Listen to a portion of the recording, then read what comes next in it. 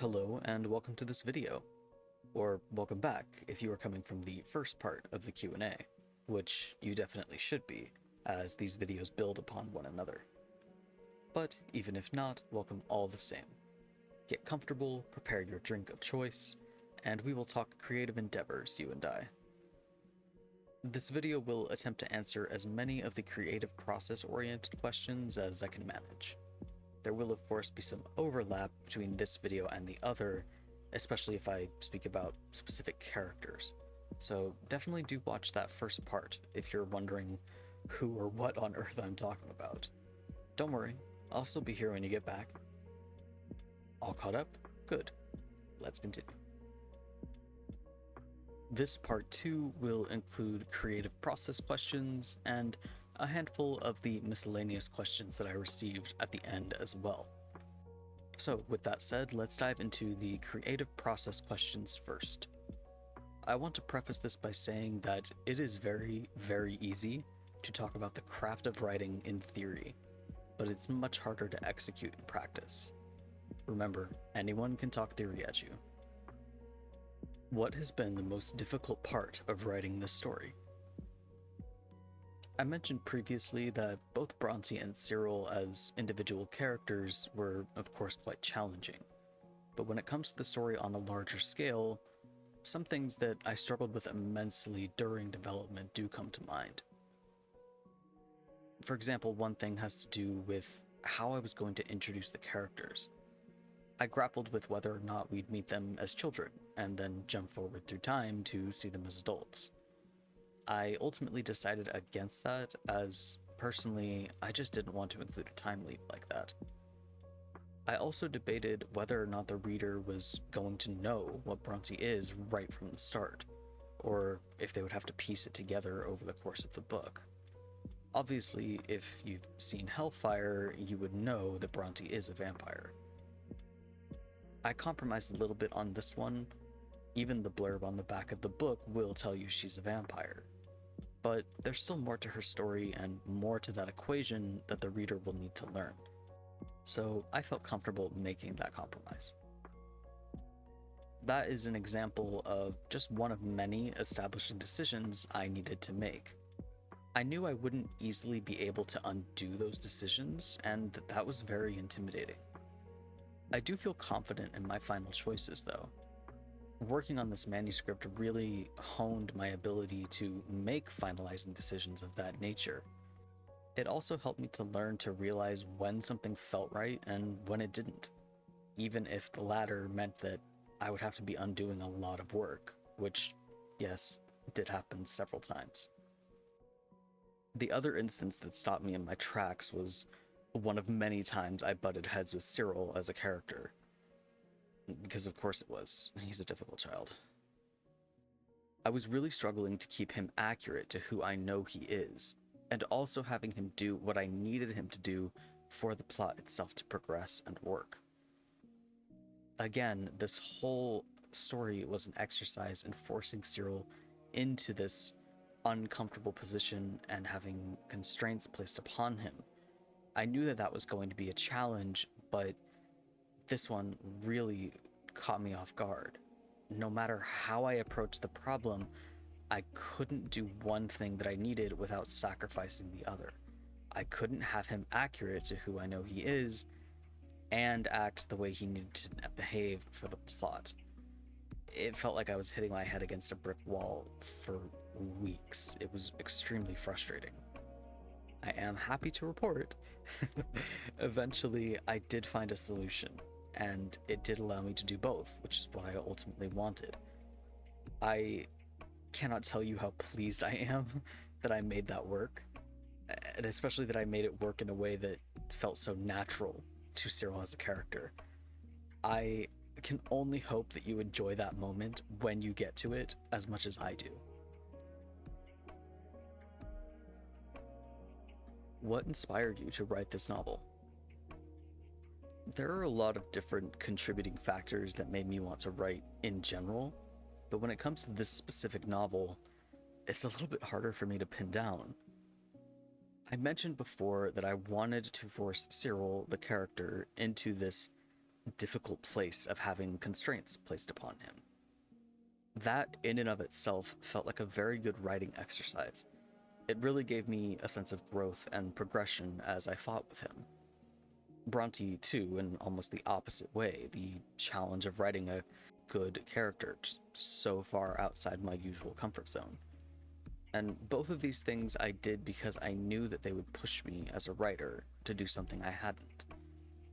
That was something that I found quite inspiring. It was a good, tangible goal to work towards for me. Obviously, in the course of writing them, I fell more and more in love with the story, and I'm sure that plays a part as well. I will also say that I've just been thrilled to work on something of this scale, finally. I fought back against myself for quite some time, going back and forth between just write the story and I'm a beginner, I can't do something like that. Getting over that first hurdle, the imposter syndrome and the fear of mediocrity and all of those uncomfortable feelings, that was also inspiring in its own way. I realize that's probably not a very fun answer in case you were hoping to hear something like, I don't know, I was inspired by Castlevania or Van Helsing, I don't know.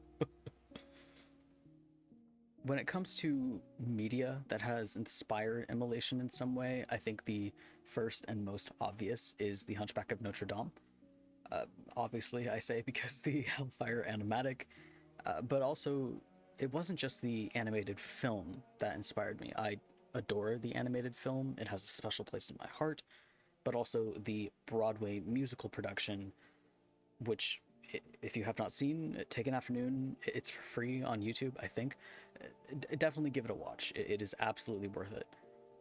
The Broadway musical really spends more time cultivating the different dynamics between these characters, and it was so impactful to see those different dynamics and see the way that the characters influence the world around them. For example, Frollo not being this clear-cut evil right from the start, he actually has a lot more influence and a much more positive opinion in the public eye at first.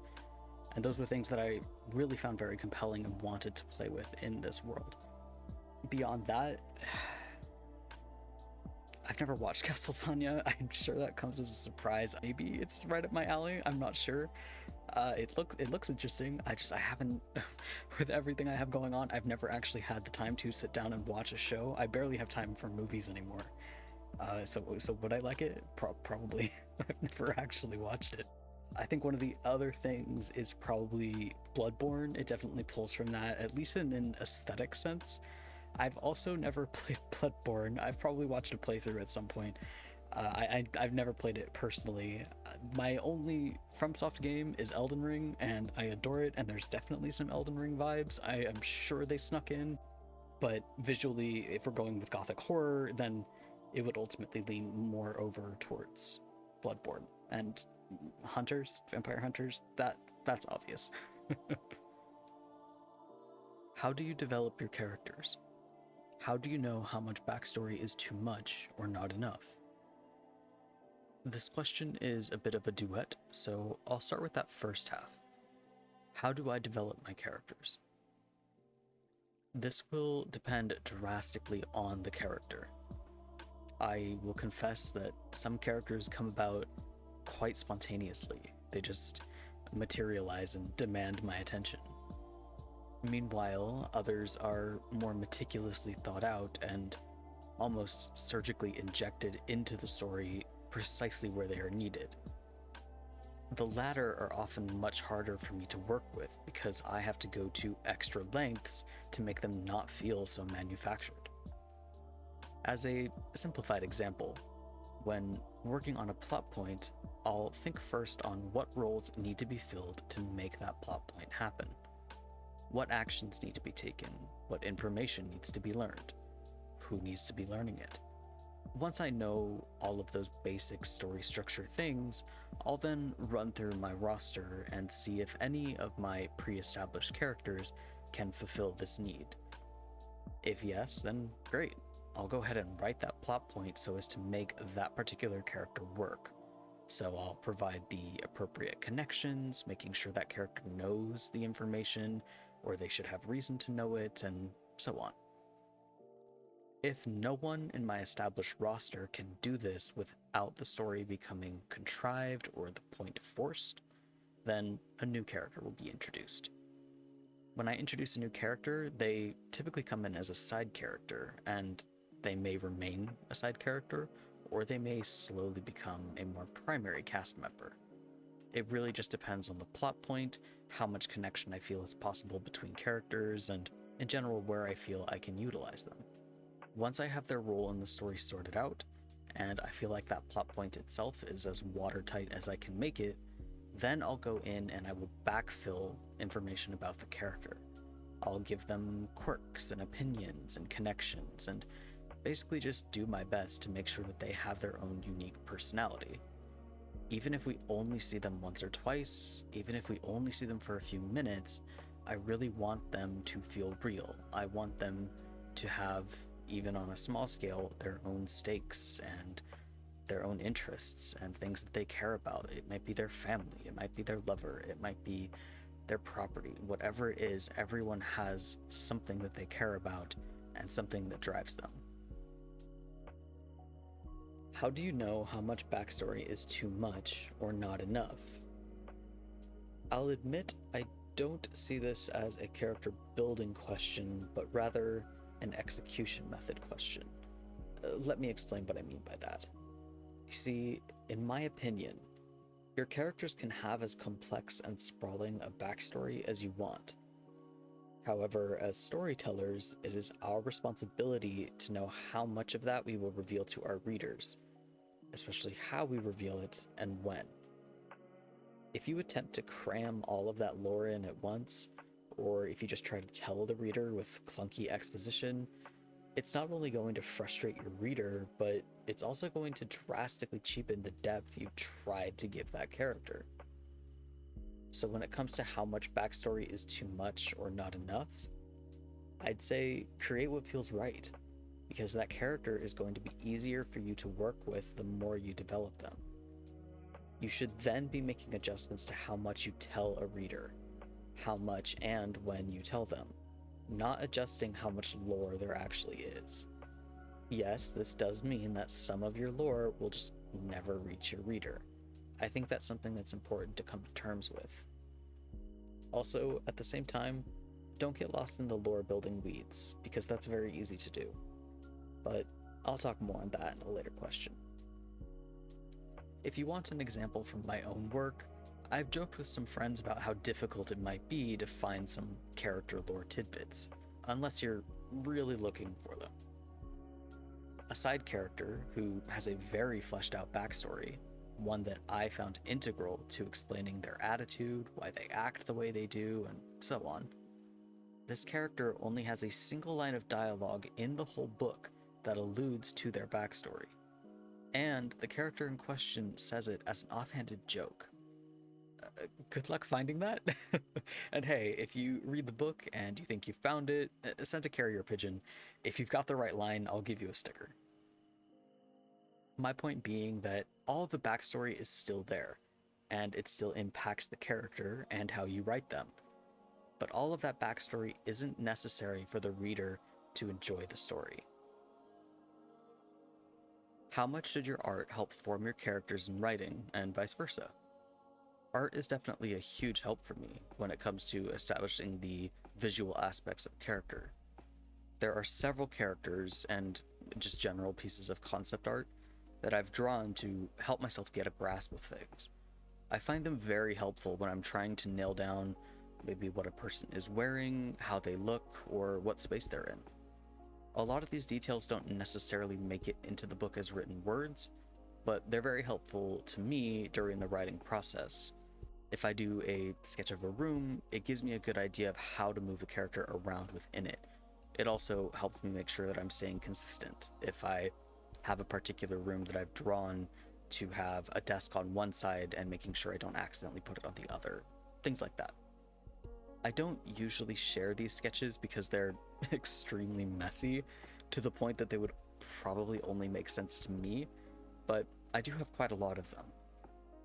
Ultimately though, I think I'm a better writer than I am an artist, and I think that's probably why I enjoy writing so much. I get a lot more fulfillment because I feel like I'm a little bit better at it than art. I enjoy both immensely, and I'm very happy to see myself growing and learning and improving over time. But I do think that I'm a little bit better at writing than I am at art. In a way, I think that the writing more impacts how I draw a character, but there's definitely been times when I've drawn a character and tweaked their design and found that I like that design that I've drawn better than how I've written them. So then I'll go back and I'll change the writing to match the new drawing. That's happened a couple of times, usually for pretty small things like maybe a haircut or a scars or something like that. Maybe their color palette is another one that changes. But yeah, it's a very interesting dynamic to have because there's definitely an element of frustration, I would say, because again, like I mentioned, I feel like I'm a stronger writer than I am an artist. And sometimes I will write something, typically maybe a description of a building or what have you, and I'll be very, very fond of it, but I know that if I tried to draw it, it would fall short of what I imagine when I'm writing. So there's a little bit of frustration there, maybe a little bit of friendly competition between the two creative outlets, but I thoroughly enjoy both, and I'm enjoying that I'm improving on both of them, slowly but surely. What advice would you give to yourself now, having finished writing? What would you encourage yourself to do? Or conversely, what did you find to be counterproductive in hindsight? Advice I would give myself: stop bloody researching.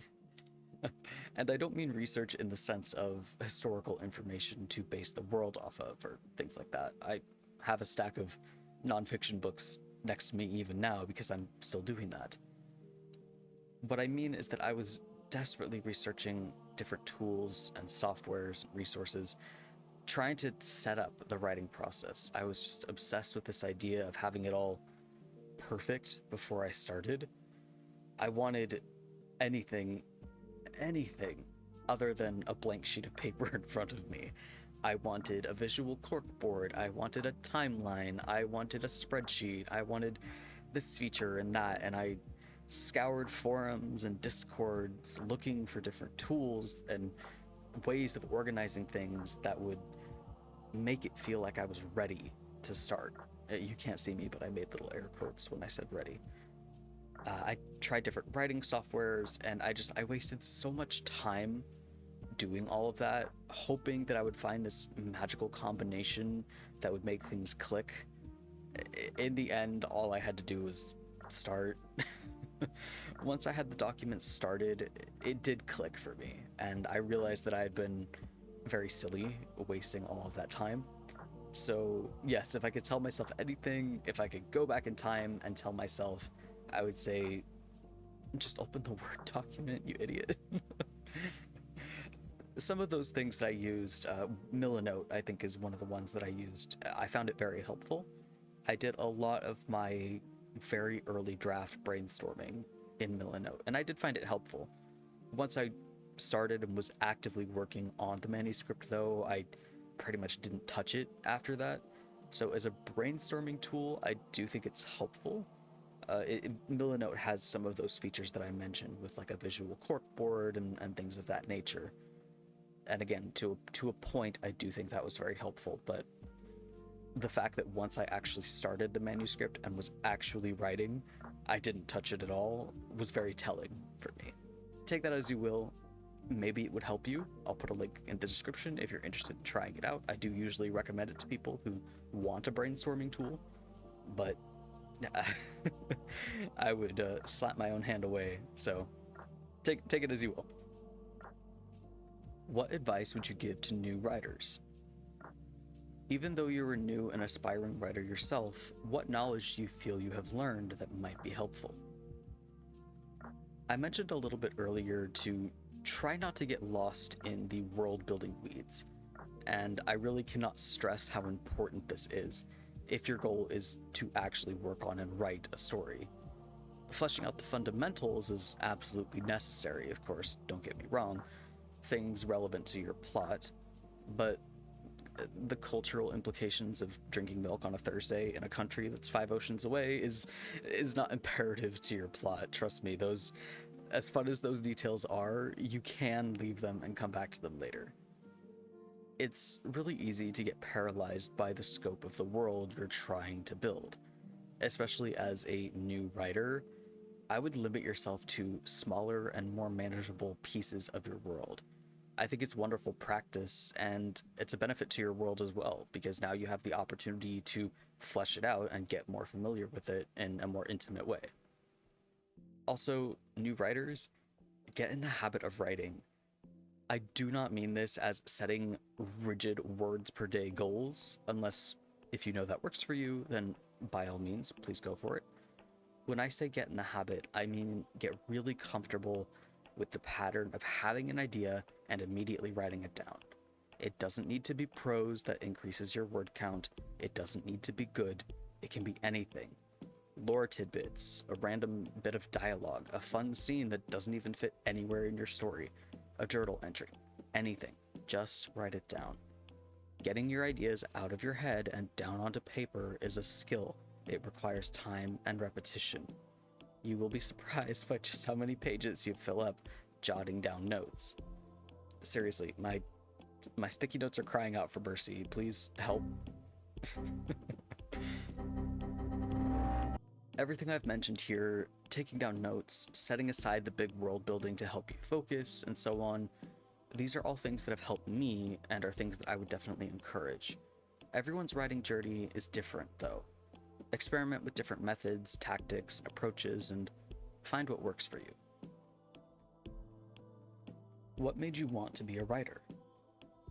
I've always been an avid reader ever since I was a child, and I've written quite a lot as well. I've been writing for possibly longer than I've been drawing.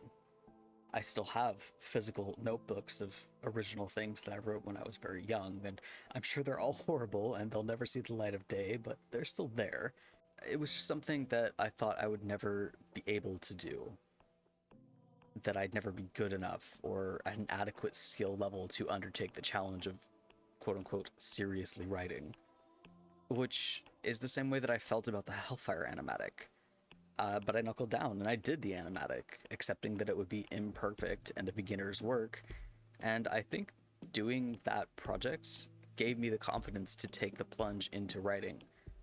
Again, it was just another similar creative venture I had always put off because it was too intimidating. I'm very grateful to this particular story for providing me the nudge in both cases, both for the animatic and for the book. I immensely enjoy both animatics and writing. I am eager to do more of them, and I feel much more comfortable now having kind of gotten past that initial hurdle and all of the intimidation that I grappled with for so long. They're not perfect, not even close, but they're there and they're mine, and I get to do more of them, which is super exciting for me. What is your favorite part of being a writer? I think it's the joy and fulfillment of working on something personal. Also, the sheer, unabashed self-indulgence. I've always felt the itch to write something like this, and I guess I talked about that a little bit in the last question. I've always wanted to be a storyteller and an author. Is Immolation my perfect book? Heavens no, absolutely not. But coming to terms with that and knowing that my debut novel is not going to be perfect, that was also very freeing. Accepting my inevitable imperfection let me really enjoy the process of writing it that much more. I immensely enjoy reading it, I really do, and the fact that it's my own work, that I went through thick and thin, and all of this development with these characters, it makes it very special to me. It's special to me in a way that visual art isn't, which I think is why I love writing so much. There's so much depth that I feel I can only capture in writing, and I really enjoy that. Even if only one other person experiences a fraction of the joy I do when reading, I will be very pleased. What is your process for creating animatics? I'm going to preface this by saying I think I'm a terrible example, so I wouldn't encourage anyone to learn from me, but here's how I go about it. Obviously, it's going to start with a story, so I already have a story in mind that I know I want to illustrate in some fashion.